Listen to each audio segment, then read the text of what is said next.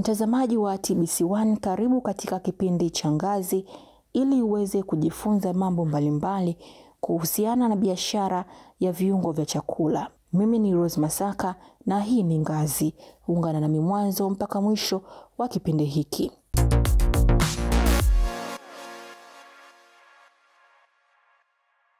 Biashara ya viungo vya chakula ni moja ya sekta zinazokuwa haraka katika ulimwengu wa biashara. Viungo vya chakula ni malighafi au nyongeza zinazotumika kuongeza ladha, harufu au rangi katika vyakula. Ingawa viungo vingi hutumika katika maandalizi ya vyakula, kuna aina nyingi zinazotumika katika nchi mbalimbali kulingana na tamaduni, ladha na mahitaji ya soko. Viungo vya chakula vipo vya aina nyingi kama vile viungo vya asili, viungo vya viwandani na viungo vya dawa.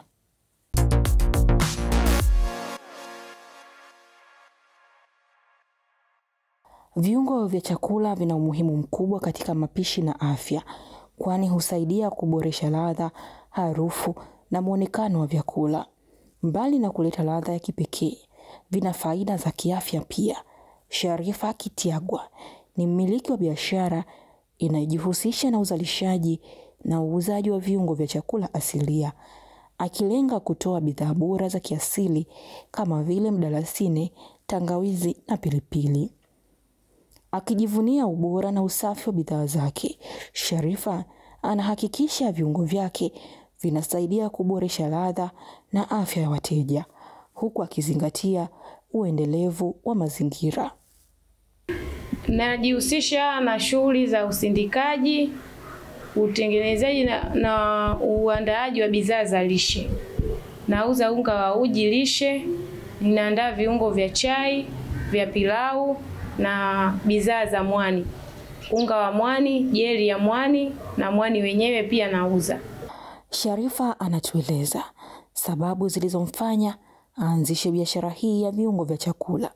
Kwanza kilichonifanya nifanye hivi vitu ni kwa sababu nazungukia sana, napenda sana kujifunza kupitia wajasiriamali wengine na kuzungukia kwenye maonyesho mbalimbali. Mule unapozunguka kwenye maonyesho mbalimbali unakutana na wenzako ambao wametoka kimaisha au wamefanikiwa, baadhi ya wajasiriamali, kwa hiyo na wewe unajifunza kupitia wale. Kwa hiyo mimi nikavutiwa na shughuli hizi za bidhaa za usindikaji na nikaenda kujipatia elimu yangu kwenye chuo cha SIDO ili kujua kuandaa bidhaa zaidi. Kuna umuhimu wa wajasiriamali kuhudhuria maonyesho na kutembelea wenzao, kwani husaidia na kuwapa fursa ya kujifunza mbinu mpya, kupata mitazamo mipya na kubadilishana uzoefu. Kupitia maonyesho, wajasiriamali hupata nafasi ya kujitangaza, kutafuta masoko mapya na kujifunza kuhusu teknolojia za kisasa katika sekta zao. Kutembelea wajasiriamali wengine huwezesha kujifunza kutoka kwa waliobobea, kuepuka makosa ya kawaida na kujenga mtandao wa kibiashara unaoweza kusaidia kupanua biashara. Hatua hizi huchochea ubunifu, kuongeza ufanisi na kusaidia kuimarisha ushindani katika soko. Ninawashauri kwanza wapende kuzunguka kwenye maonyesho mbalimbali. Kule utaenda kujifunza vitu vingi zaidi kupitia watu ambao wapo pale katika maonyesho, wanaoonyesha bidhaa zao, wanaojitangaza. Pia utapata elimu kutokana na mashirika mbalimbali. Mfano umetembelea banda la SIDO, labda ukatembelea banda lingine ambao wanatoa mafunzo, utapata idea ambayo labda we mwenyewe ulikuwa unaifikiria nyumbani, lakini pale ukapata ufumbuzi na ukaweza kufanya. Kama mimi nilivyopitia baadhi ya wajasiriamali mbalimbali na nikapitia kwenye mabanda labda ya SIDO, nikashawishika na mimi kwenda kujifunza. Kabla na wakati wa kuandaa viungo, ni muhimu kuzingatia usafi kwa kuhakikisha mikono, vyombo na mazingira yako ni safi ili kuepuka uchafuzi wa chakula. Chagua viungo vilivyo bora na vibichi kwa ladha na ubora wa juu. Viungo vinavyohitaji kusafishwa kama tangawizi na kitunguu saumu visafishwe vizuri kwa maji safi kabla kukaushwa au kusagwa. Pia Hakikisha viungo vinakatwa au kusagwa kwa ukubwa unaofaa kulingana na matumizi yanayokusudiwa. Hatua za kwanza kabisa, mazingira yawe safi, na pia na vitu ambavyo unaviandaa pia uhakikishe ni visafi na pia ni salama kwa matumizi ya binadamu. Kwa kweli kwa mimi sijakutana na hizo changamoto za kupata nafaka mbaya, au kwa sababu nazingatia maduka ambayo yanauza nafaka ambazo ni safi na salama kwa matumizi ya binadamu pia. Kuchakata na kuhifadhi viungo kwa usahihi huongeza muda wake wa matumizi bila kupoteza ubora. Njia bora ni kuhakikisha unakausha juani au kwa kutumia mashine. Pia kwa kutumia vifungashio sahihi kutokana na aina ya bidhaa. Unaasili endapo utakuwa huna fani au ujuzi kupitia vyuo au taasisi ambazo zinafundisha labda hizi lishe kwa lesho maalum. Maana ukienda mfano SIDO, kama mimi nilivyopitia SIDO, ina maana tumefundishwa viwango vya kuweka, yani huwezi ukajiwekea tu almond labda ukaamua uweke kilo 2, 3, yani alafu mahindi ukaweka labda ngapi hivyo. Lazima uweke kwa vipimo maalum. Almondi unapotaka kuisaga, basi unahakikisha kwanza unaisafisha vizuri, unachambua mbovu, unaweka pembeni. Baadaye kuna hatua zake za kusaga, ndo kama hivyo umeshaisafisha, umeikausha vizuri, unaweza ukaisaga kwa matumizi ya binadamu. Kwa pamoja twende tukatengeneze mchanganyiko wa viungo vya chai, ingawa utaalamu unahitajika. Unaweza ukatumia spice mbalimbali, mfano karafuu, tangawizi, hiriki, mdalasini na vingine vingi ambavyo kwa hapa sasa hivi vyote siwezi kuvitaja kwa sababu ya kuvikumbuka. Kama chai masala yangu ni mzuri hata kwa wale ambao wanafanya detox asubuhi. Yani kabla hujala chochote unaweza ukachukua hiyo tea masala, ukachukua na maji yako ya moto, ukakoroga, ukanywa. Inaweza ikakusaidia kwanza kufanya mwili uwe vizuri, yani hata akili pia umetoka kuamka, akili imelala ikainuka vizuri. Yani ukajisikia mwili uko fresh. Vinavyohusika muhimu katika tea masala ni hiriki, mdalasini, ina karafuu. Pia kuna kiungo kinaitwa star anise, ni kizuri sana kwa harufu na testi nzuri.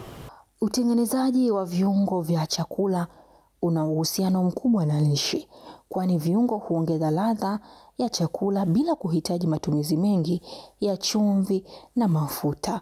Hivyo husaidia kudhibiti magonjwa kama shinikizo la damu na unene kupita kiasi. Viungo kama binzali, tangawizi, kitunguu saumu na mdalasini vina virutubisho muhimu katika afya kama vitamini na madini yanayosaidia kukinga mwili, mmeng'enyo wa chakula na kupunguza uvimbe mwilini. Unaangalia kwanza vitu muhimu kulingana na ile lishe ambayo unaitengeneza. Mfano unga wa uji lishe, huwezi ukaweka tangawizi au huwezi ukaweka karafuu. Unatakiwa uangalie vitu gani muhimu vinavyokaa kwenye lishe na uzingatie pia makundi ya chakula. So utengeneze tu lishe ambayo haibezi makundi ya chakula au vitu muhimu katika mwili wa binadamu. Unatakiwa uangalie kuna makundi 6 au 5 ya chakula, basi unatakiwa uzingatie, uangalie vitu muhimu kutokana na lishe ambayo unaiandaa.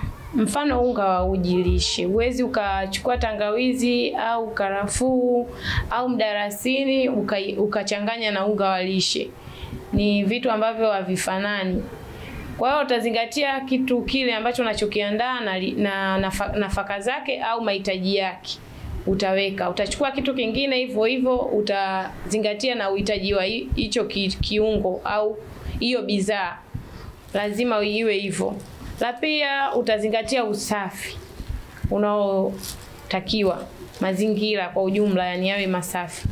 Pia mashine unayosagia pia iwe nzuri na iwe safi. Sio tu mashine ina kutu, uweke vitu usage na vitu vinaenda kutumiwa na binadamu. Hiyo ni hatua muhimu sana kuzizingatia. Kuhifadhi unga imeonekana ni changamoto. Wanazuoni wanatuambia kuhifadhi unga ni changamoto kwa sababu Unga huwa na unyevunyevu wa asili ambao unaweza kusababisha ukungu na kuoza ikiwa hautahifadhiwa vizuri. Pia unga huvutia wadudu kama viroboto wa nafaka na nondo, hasa ikiwa umehifadhiwa kwenye mazingira yenye joto na unyevunyevu. Aidha, unga una mafuta asilia, hasa ule wa nafaka kama mahindi na ngano, ambayo yanaweza kuharibika na kusababisha harufu mbaya endapo utahifadhiwa kwa muda mrefu bila uangalizi. Ili kuzuia changamoto hizi, ni muhimu kuhifadhi unga kwenye vyombo visivyopitisha hewa, mahali pakavu na penye ubaridi, au hata kwenye friji kwa muda mrefu zaidi. Na hao ndio wanazuoni. Kiungo ambacho kukihifadhi kigumu sana sana ni unga wa lishe. Kwanza wanatumia watoto, na mtoto hajui kusema hiki kitu kina mchanga, hiki kitu kina mawe. Lazima wewe muandaaji uwe sahihi zaidi katika kuandaa. Pia uangalie nafaka ambazo tunazitumia, je, ni safi? Ina maana ukiangalia hivyo utakuwa ni bora zaidi. Lakini pia kingine ni siagi ya karanga. Na yenyewe unatakiwa uisage kwenye mazingira masafi na salama.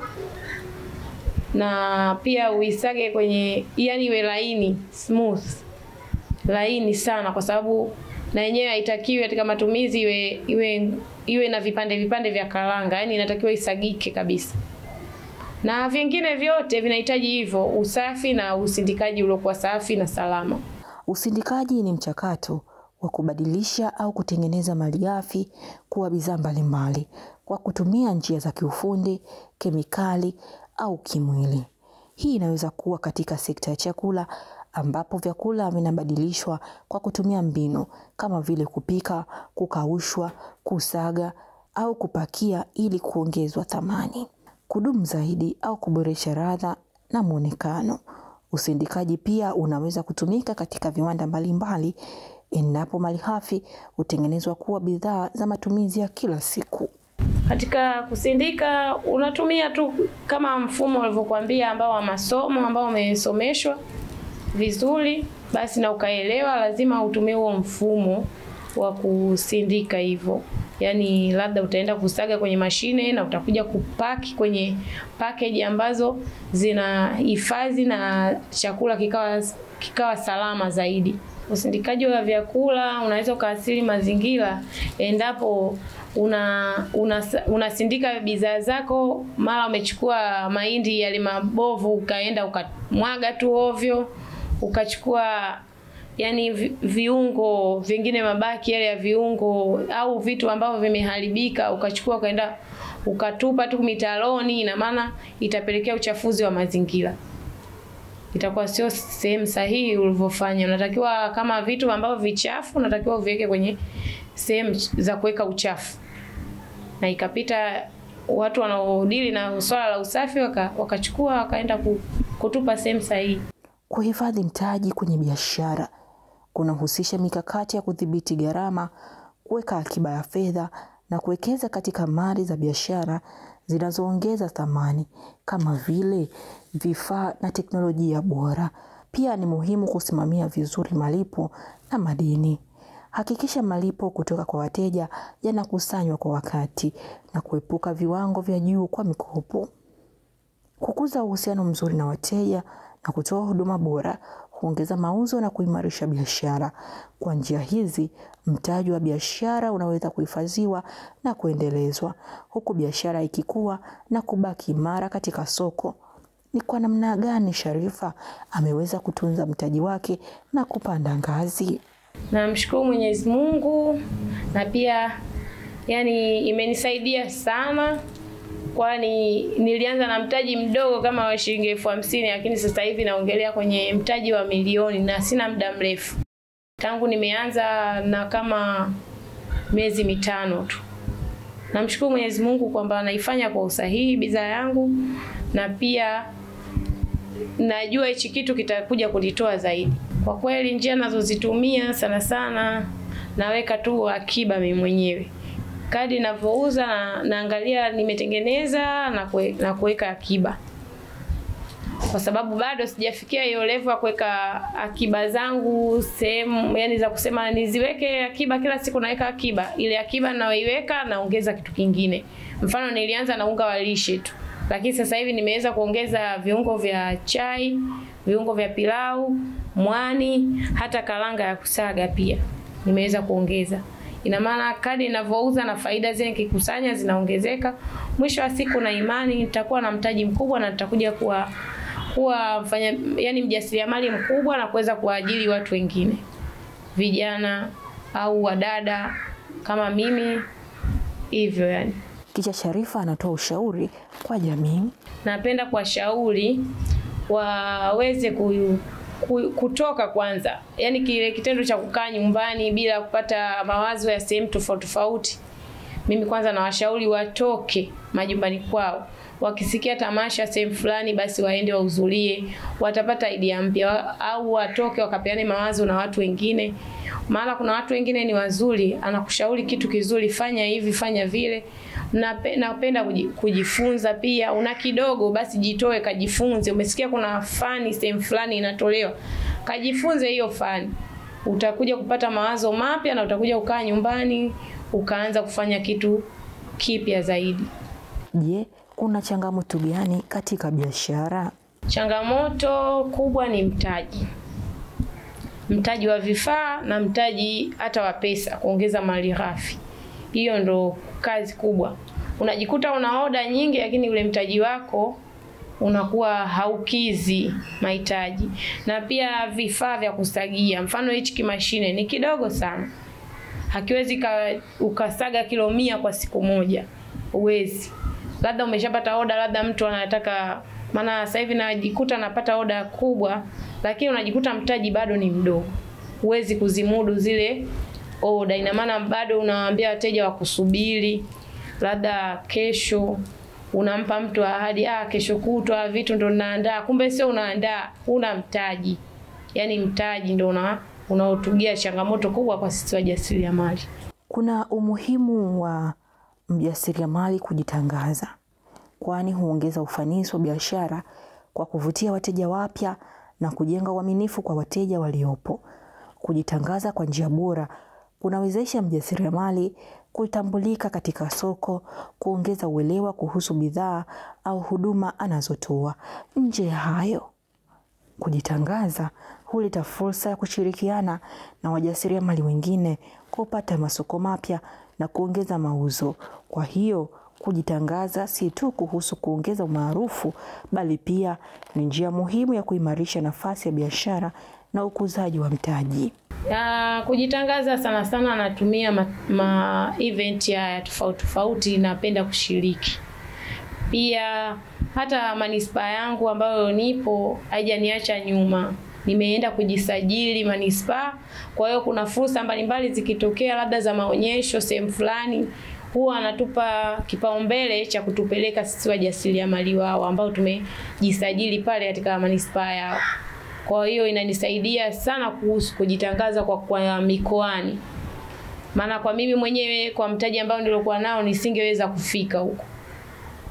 Hicho kinanisaidia kunitangaza. Ili kuzingatia ubora wa bidhaa, kuna njia kadha wa kadha za kufuata, ikiwa ni pamoja na kuhakikisha unapima ubora wa bidhaa mara kwa mara ili kuhakikisha ubora ule unabakia kwa muda mrefu. Kwa kuzingatia hili, mjasiriamali anaweza kutoa bidhaa bora, kushindana na soko na kujenga uaminifu kwa wateja kwa muda mrefu.